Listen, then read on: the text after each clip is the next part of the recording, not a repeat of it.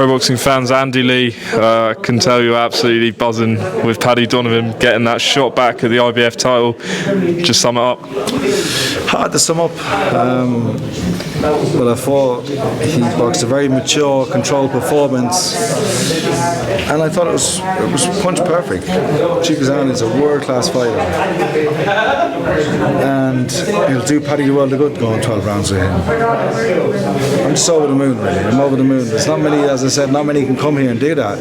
And the only fighter from our shows that springs to mind is Tyson Fury. It looked like it could have been a bad decision, but we got there in the end. They did the right thing. What was the sort of game plan now the fight's done? What were you sort of saying to Paddy? It seemed like he was boxing on the back foot, and then last 3 rounds he was trading back and forth. What was the plan?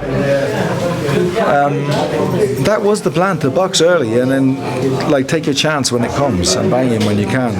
But he's such a tough guy, Chukhadzhian, and he kept coming. The pressure was on, and sometimes it's easier to be up close. You know, if you're moving, you might pull out and end on the end of something. Towards the end, I was just telling Paddy, control him with your hand, slide in, control him, break his rhythm.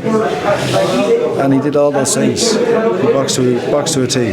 Paddy said he never felt so much pressure heading into a fight before. Can you discuss sort of what that was about and how it affected him?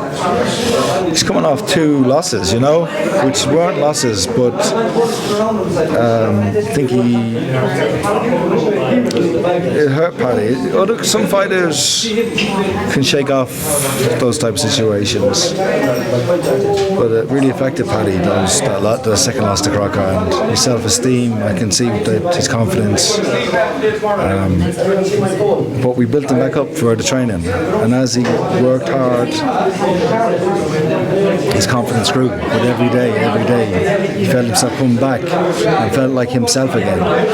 And he's been outside of the gym, he's been through a lot personally as well, with tragedies in his family, and another loss wouldn't be the end. To me, it wouldn't be the end. Awesome. It could have been for him, maybe. But look what he did. When the chips are down, he showed his true colours. Last one from me. When you heard, I can't remember, it was 113, what were you thinking? Darryl Peoples assured me at the weigh-in that he would do his job if we did our job, because we had some concerns about one referee in particular, one judge I mean. And as it was called out, I looked at him directly in the eye at ringside, and he just gave me a look to say it's okay, and soon after the third judge was announced, and that was only 1 point, so I don't know what they were watching, but the right man won in the end. Andy, as a trainer, obviously it affects Paddy, the defeats that are on his ledger, but what about for yourself? Does it affect you in terms of you and your methods and thinking about how you get Paddy over the line?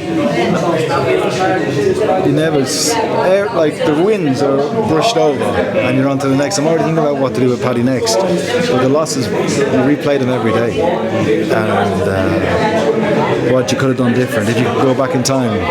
Had 2 big losses last year, Lewis Crocker and Paddy Donovan.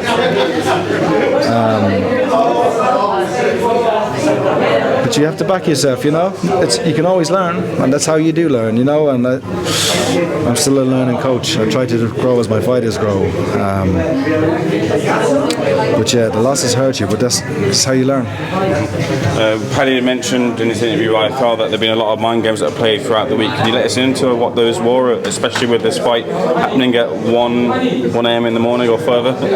Yeah, I don't know. I wasn't aware of any mind games. I felt quite comfortable. I thought these guys did a great job. They hosted a great event, and they're just learning the promoters just learning how to learn the ropes a little bit. There's a couple of bits and bobs, but we just got on with it. I don't think it affected Paddy. I don't think it affected me, any of that stuff.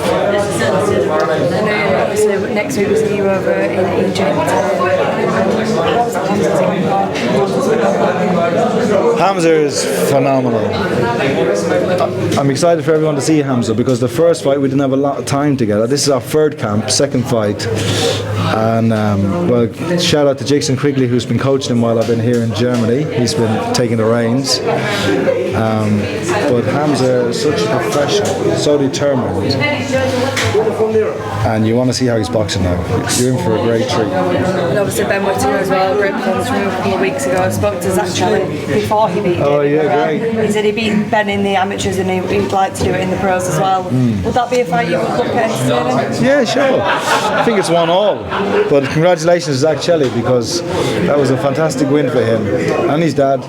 And I've always thought of him as an underachiever almost. You know, when I look at him, he's such an athlete and a puncher, and he can fight. He's got awkward style, and I thought he should have achieved a lot more, and now he's finally achieving it. So he's put himself on the map, and I wish him all the best. Ben's got a big fight in New York. I'm not looking past that. Andy, can I get your quick take on the Wardley versus Dubois rematch? What can Paddy Wardley do to change the defeat into a victory the second time round? To be honest with you, I just speak about my fighters. They're my guys, and that's all. Everyone's entitled to their opinion, but there's been enough said about it. I wish him all the best. What a fight, the first fight. Both men should be commended. And Wardley has a heart with champion, and so does Dubois. And I wish him all the best. Could you speak to what it takes for a fighter to come through the fire like Fabio Wardley did? What heart and grit he showed? What does it take for a fighter to do that? Well, there's no other fighters are fighters. That doesn't come in. There's no option for that. If you have that option or that strategy in your head, you're not a fighter. So,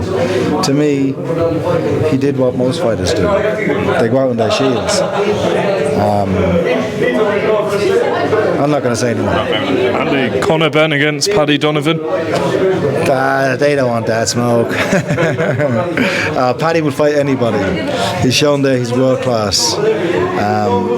He needs a good rest now. Enjoy his time with his family, because it's been a long time since he's been in the win column. And then we're getting back to the gym and see whoever he wants to fight him. Just on the Crocker fight, mentioned about going on Croke Park. Eddie said, nah, it should be a fight on its own. Paddy said it'd be a dream to fight at Croke Park. What's your view on that? I would love it. The situation is, this is a mandatory for Crocker, so whoever wins will probably have a voluntary, and then whoever wins that will have to fight Paddy. So there's a lot of I don't think it's an automatic rematch between trilogy, or even if he automatically wins the fight with Paro, because they're both great fighters. So I wish them well. Have a great fight, and we'll see you both soon.